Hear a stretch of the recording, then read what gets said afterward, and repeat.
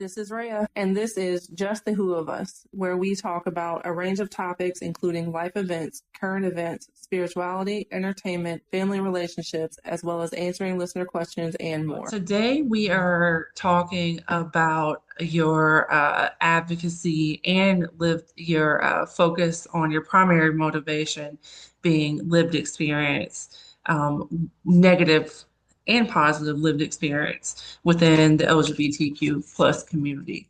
I want to welcome Taylor back, and we're really, really excited to have you have wonderful conversation. Our last conversation was fabulous, and I'm looking forward to today's conversation as well. I wanted to start this conversation with an explanation on pride because it's a kind of conversation that I've had in the past on having pride over something and why it's important to be proud of who you are.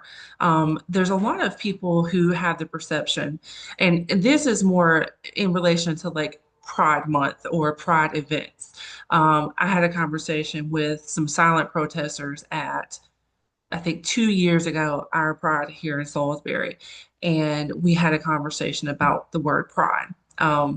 They were kind of like, well, we're here in protest of quote unquote pride over sin, right? And I was like, oh, well, then you're here for the wrong thing because that's not what pride is about. And I just say that in relation to this one conversation, but I think a lot of people have this negative perception when it comes to being prideful over anything really, but especially this topic because typically people who are not in the community or don't closely know someone in the community or have ties to the community very often can have this misconception of the use of the word pride. Pride in this, and I'm going to explain it for me, but then you can absolutely explain it for you. I'd love to hear your explanation as well. For me, attending things like pride events and being prideful of being part of a community is more about being proud of who I am. It's about supporting people and being proud of who they are and their courage to be who they are. What does the word pride mean to you? We're starting Thank off you. heavy here. Yeah, no, that's a great question. I think for me, when I think about pride, it kind of boils down to, the history behind, why we celebrate Pride, with, the Stonewall riots and people, what a lot of people, particularly people who are protesting Pride, don't understand is the discrimination that the LGBTQ community has faced and continues to face. It always kills me when I see people who want to celebrate straight pride. And it's just like, the reason why we're getting together as a community is to celebrate our right to exist, which is so Exactly. often, we have to fight for that. Um, you know, Straight people never have to deal with that type of discrimination. Um, and so I think that's just such a huge component that people who um aren't familiar with or don't care to be familiar with the LGBTQ community just don't understand it at all is that discrimination and that fight for a right to exist. So I think that's for me a huge part about Pride and why it's so important for us to come together as a community to support one another and keep fighting for those rights. I think that's very perfectly well said. That is really like the thing that people outside of this community don't have to fight to be accepted because they are not part of your standard cookie cutter community. I think that that's absolutely perfect. Couldn't have said it better myself. Um, with that question, I want to kind of segue into our topic today of last time you were here, we kind of got to know you and your work in the community on a different level. And this time we are going to get to know you of your work in the LGBTQ plus community. And being a part of a community also, I want to kind of dive into that. You have the community you're born into, right? Like the place where you live. We go through periods, I want to say really starting in high school, right? Like you're finding a place to fit in and you, well, I not really into sports, but I like band, so I connect with band. I love sports, so I'm into sports, so I connect with this team, this, whatnot. And those are things that we kind of like, okay, we learn and we have these interests in. They kind of grow in that manner based on the world around us. And that could be our influences of other community members. And we use that as a way to fit in with other people like us. And this is where a community like this is important and comes into play because things that you can choose, like your interests, it's a little easier to kind of find a community like that, right? Like we can find communities of people with like-minded interests, but there's not always a community of people who are naturally who they are. And we can have a whole conversation about sexuality, what sexuality is, to kind of educate people on a lot of things, but we don't have time for all that. So, in terms of community, why is it important to find a community? How can you find a community and how can you be a part of a community? These are all kind of things that we're going to talk about. Um, First of all, why is it important to be a part of a community? And I think this, for a lot of us, is kind of like a given, right? Well, because we want to fit in. Why is it important to find a community within your community when it comes to things like sexuality and sexual preference?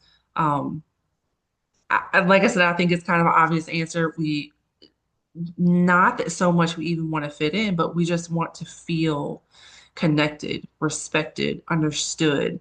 Um, and it's really, I think that having a community in this regard gets very sexualized when it's really not. It's about just like any other aspect of your lives. What kind of career path have you taken? I want to find a community of people like that. We understand each other, we fit in.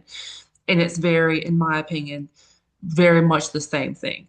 Um, why to you, why is it important to be a part of a community? And your answer might be a little different because you're very involved in advocacy, which is also an important aspect in this regard too. But in your opinion, why is it important to you to find a community and be a part of a community in this regard?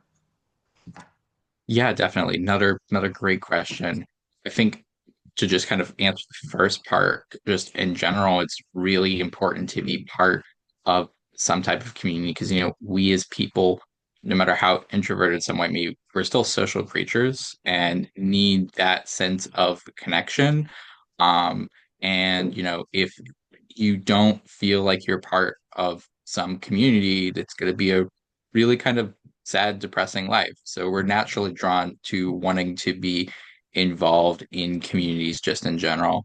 And then for queer people, kind of going back to what I said with, the discrimination, it's gotten better, but it's still not great. And we're seeing that particularly now with the significant increase in, homophobic and transphobic um, rhetoric and acts of violence against the queer community. Yeah. So it's so important to have individuals both to feel a sense of safety and security with, but also for that emotional connection, for that sense of validation. So many queer individuals as well also, in the process of coming out to their family and loved ones might lose people in that. significant number of particular like adult members of the LGBTQ community that don't have any connection whatsoever with their parents or their biological family at all. Yeah. Myself being one of them, and that's super painful, and it's so important to find other people that not only can be there to emotionally support you, but to validate who you are. Because whether or not you understand that person's identity. That is still who they are as a person. And it's so important for someone else to be like, hey, I see you, I validate you, and I love you for who you are. Yeah. So I think that really is what's so important about particularly queer people having that sense of community.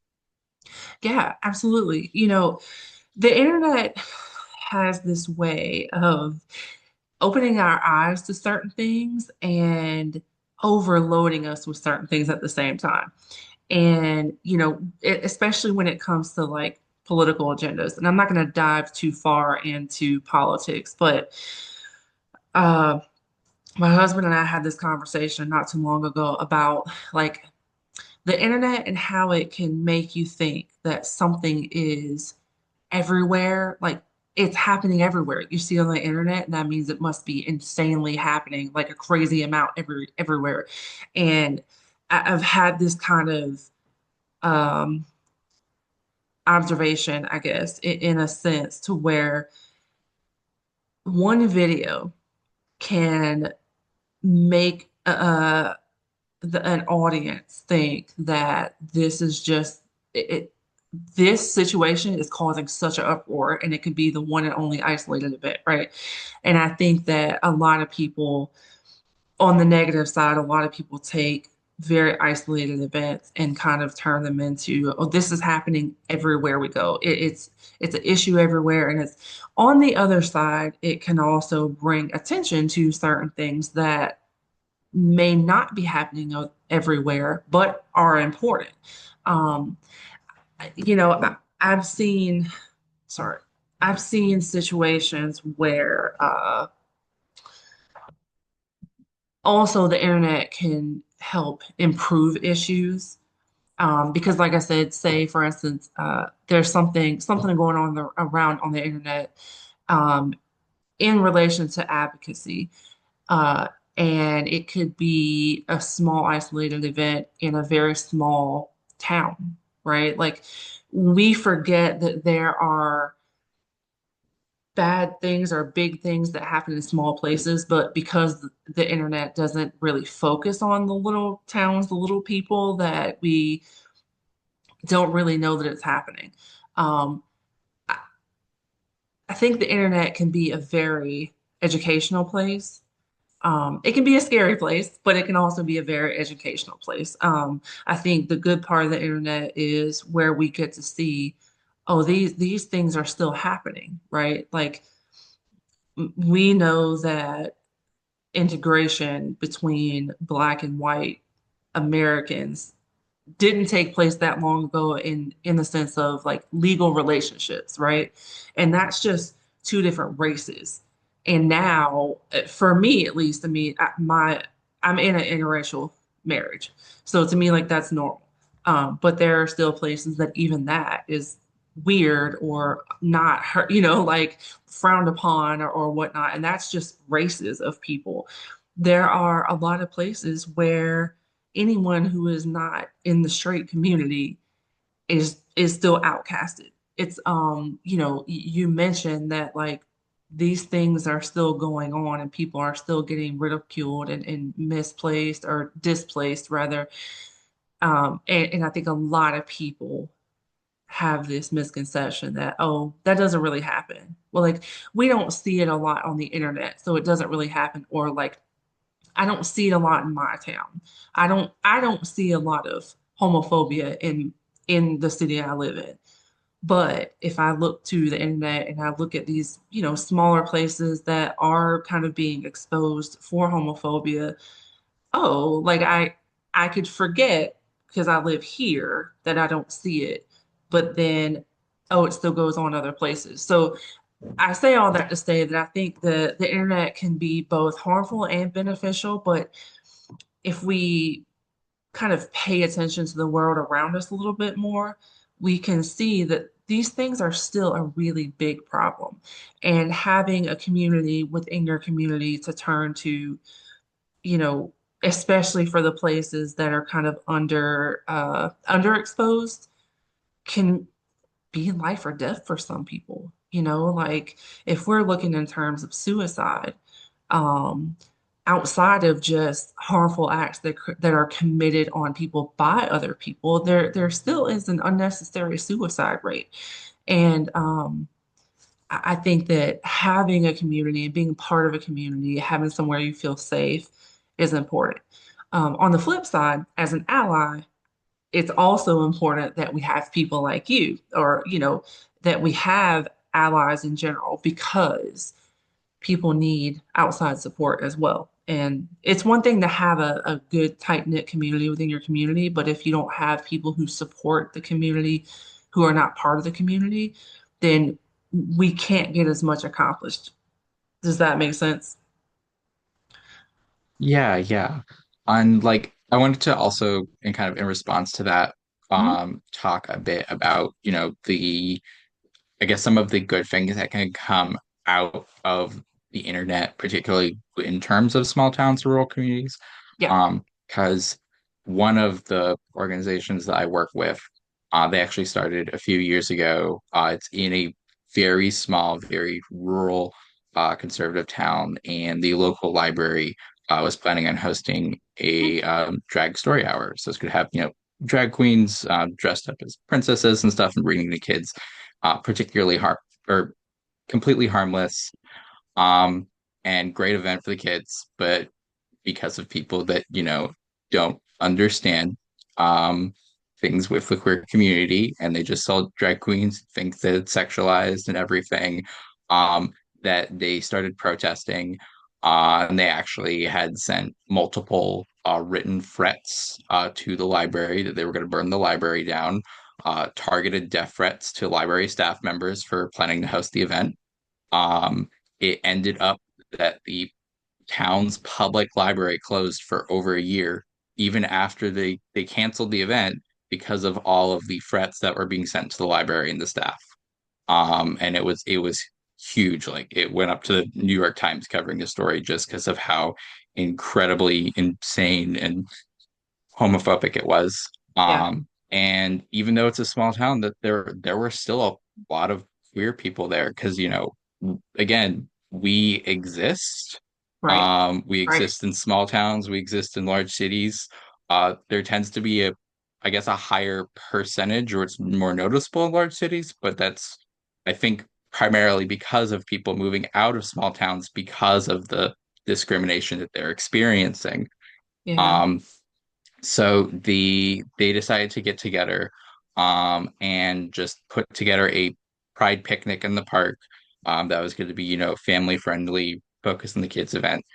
Um, and the amount of overwhelming support that they received from all of these other towns and cities throughout the area. Like we had our local like U.S. congressman attend the picnic, and had Nice. all these drag queens drive up like over an hour from the Capitol to do performances for the kids and all these things, and just this huge overwhelming support to a support that local community, and b Yeah. show those people that were being hateful and homophobic that this is not something that our larger community is going to stand for. um, and that was back in 2023. And I started volunteering with the organization last year, and we actually just received our 501(c)(3) status last year, which was again absolutely incredible because this Yeah. was just Congratulations. something. It just started as a small picnic in response to this really hateful thing, and now it's grown into a full nonprofit. And we just hosted our third annual Pride picnic this last June. Um, and that's the power of the community to be able to do things like that, and to be able to overcome that hate, discrimination, and to build something that's really beautiful. Yeah, I love it. Another misconception, because you mentioned drag queens and story hour, and that's been a topic of controversy in certain places, right? You know, I don't support sexual what do you like sexualization around kids, period. I'm a huge fan of drag. Like we have drag queens at Salisbury Pride, at Charlotte Pride, and it's entertainment and it's fun and it's beautiful. No one is sexualizing children at these events. And I say that to say, like, I don't condone sexualization around children, period. My own children, I'm strict about music I listen to around them and what we watch and all these kinds of things, right? But I love it. Like if you are an outsider looking in who most of the time, like I said, has no ties to the community, kind of doesn't want to understand the community, then of course you're going to make these assumptions. But I want to clarify that there's no sexualization going on. It's outside perspectives that sexualize the things that are not being sexualized at all. You know, I don't know. So I've attended Charlotte Pride, which is really big, and I've attended Salisbury Pride, which is kind of a smaller version of that. Um, Charlotte Pride is a little different because it's Charlotte. Charlotte's a little wilder.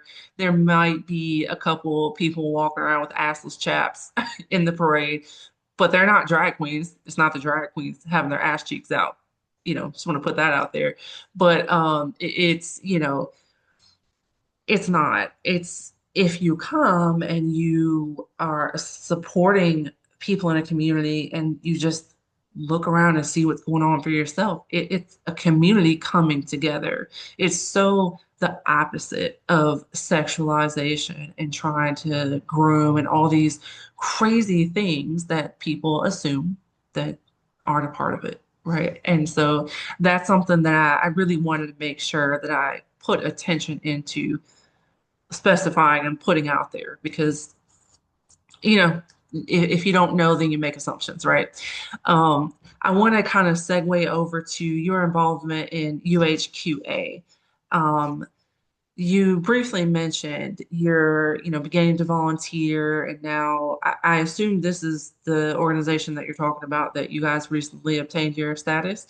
um, the three focuses of this organization is community events, cultivating culture, and direct grassroots opposition to anti-queer government actions. Tell me a little bit more, I guess, about this organization, your role in it, and your focus and hopes for this partnership. Yeah. So like I said, yes, UHQA, so Upper Hudson Queer Alliance. And then we just received our 501(c)(3) status last after the Pride event last year. So I've been helping as a support for particularly some of our events. Um, it it started with, just the picnic. Now we host two um annual events a year with the picnic in June. And then we also do a Halloween queer night, which has also become very popular and a lot of fun. Um, and then kind of talking about that, and also in response to some of the stuff that you said, that like that one's kind of marketed more towards 16 plus, and then our picnic is very family friendly and very focused on the kids. And I think one thing that again a lot of people don't understand um outside of the queer community is that they just see everything with the queer label. And so if there's anything that's sexual within the queer community, that means everything's sexual. And it's like that's not how it works. Right, You don't right. do that with straight events. Like, Exactly. you have Mardi Gras, that's very sexualized, but that's marketed as an adult thing. So Yeah. why is it that everything's done with the same brushstroke here? Yeah. So we do that, and we also do a lot of like education and outreach. So actually, after the library, that closed down. One of the first events that they hosted after it reopened was we came in and we did a panel discussion for the folks in the community about, what it's like being queer, because a lot of them don't understand that. And the the number of people that came to that event was really unexpected and inspiring in like a good way. Because it was also particularly like a lot of older people too that were really just trying to better understand and, essentially become allies. I think there was a sense of shame again of this like small town being on the front of the New York Times because of what happened. And so they were trying to be better and supportive and more inclusive. And so doing education events like that, um, we've also continued to partner with the library and hosting like a bunch of workshops um, about agriculture and horticulture, because one of our volunteers is very involved in that. And even though that those aren't have nothing to do with, you know, our organization or being queer at all. Those are like important workshops, particularly with it being a rural community.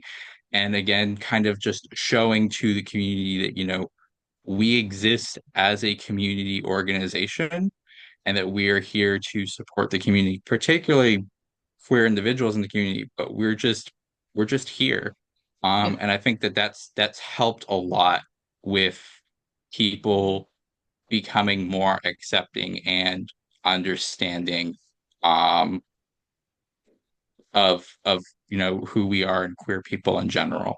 So I think the biggest thing is just the organization continuing to exist, continuing to do events, and just that education component as well for people who are willing to, open their minds and open their hearts and say to themselves, okay, I don't understand this thing. I would like to. Yeah. Yeah, I love that. I want to briefly touch on how you can become a supporter in your own community. And this is something that you, in this particular case, you don't have to be a part of the community or identify as a part of the community to be supportive.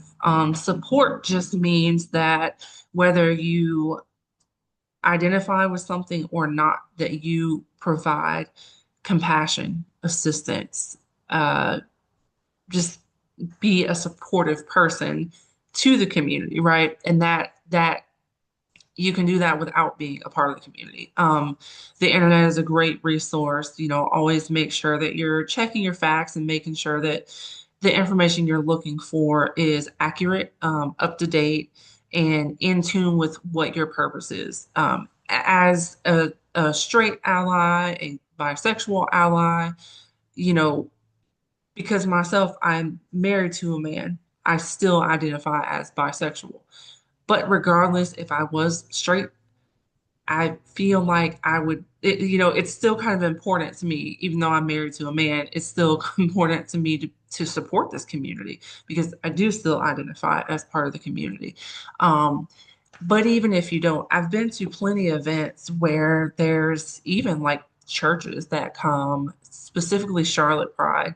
You have vendors that are churches and they are, hey, we're here to support you.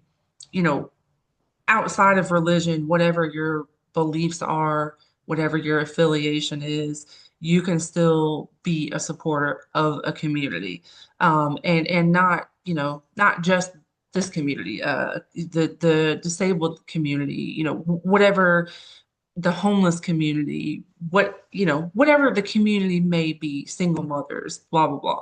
You can still be a supporter of a community, even if you don't identify within that community.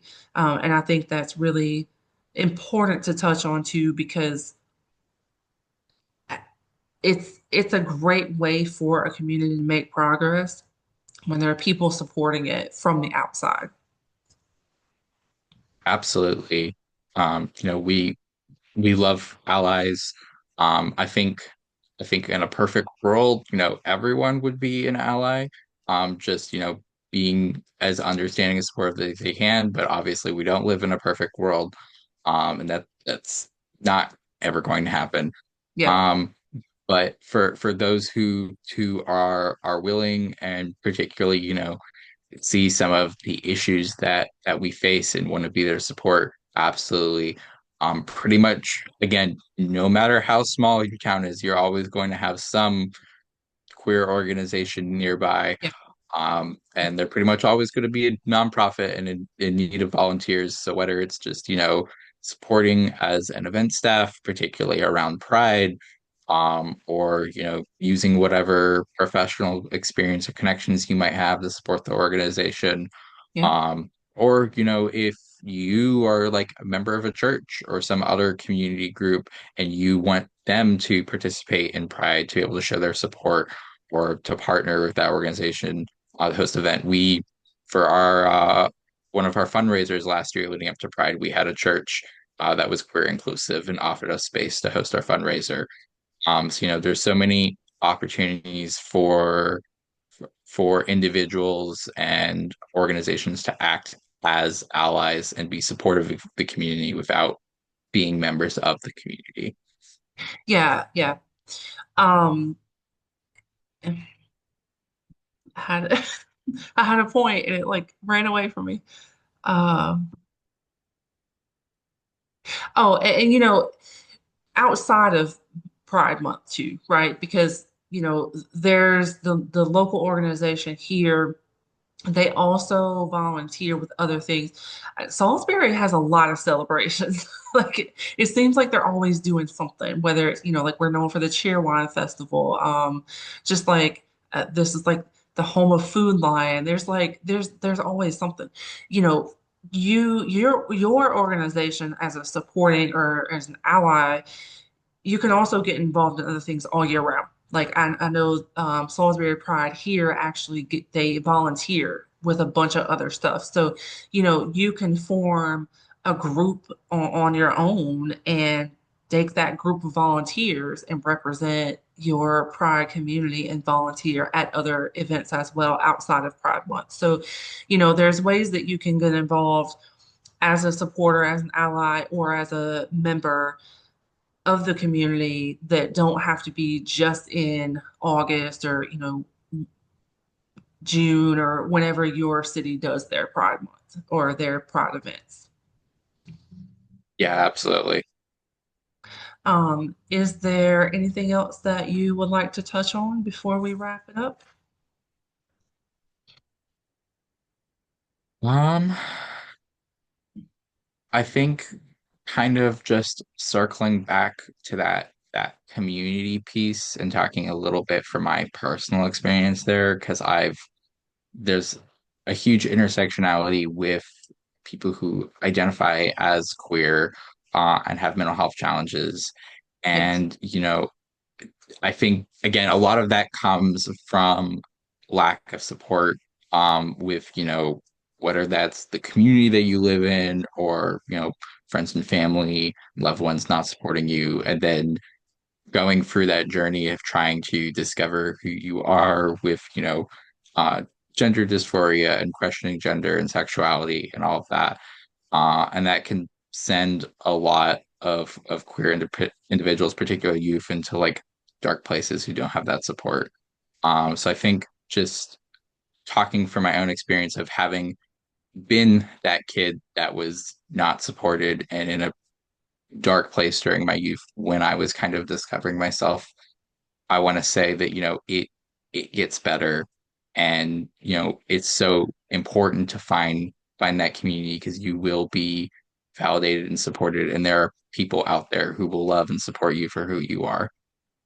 100%. Yeah. And, we talked in your last episode about the children are the future focus, right? And if we support people in their young adulthood, their teenage years or young adulthood, and make people feel loved and secure, then going into their adulthood, we have much healthier adults. And I think that is a really great point to make.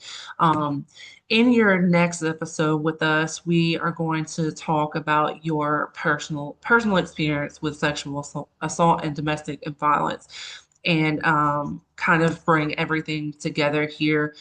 Um, and so I'm looking forward to that. So, if you've been following Taylor's journey, make sure you follow along to their next episode, and just keep learning. There really is a connection with a lack of support and mental health. And we really can help change that. And it starts within your own community. It starts with community support. It starts with just treating each other a little bit nicer, uh, not mistreating people because we don't understand what they're going through. Relatability is not required to be kind. All right. Well, I think that, yeah. Um, Tell us where we can find you on social media, your website, and so on. Yeah. So the best place I think would be my website, taylor-lock.com. And that has links to, my email, contact information, and all of my socials. Happy to connect about any collaborations or questions about the projects or organizations I'm with.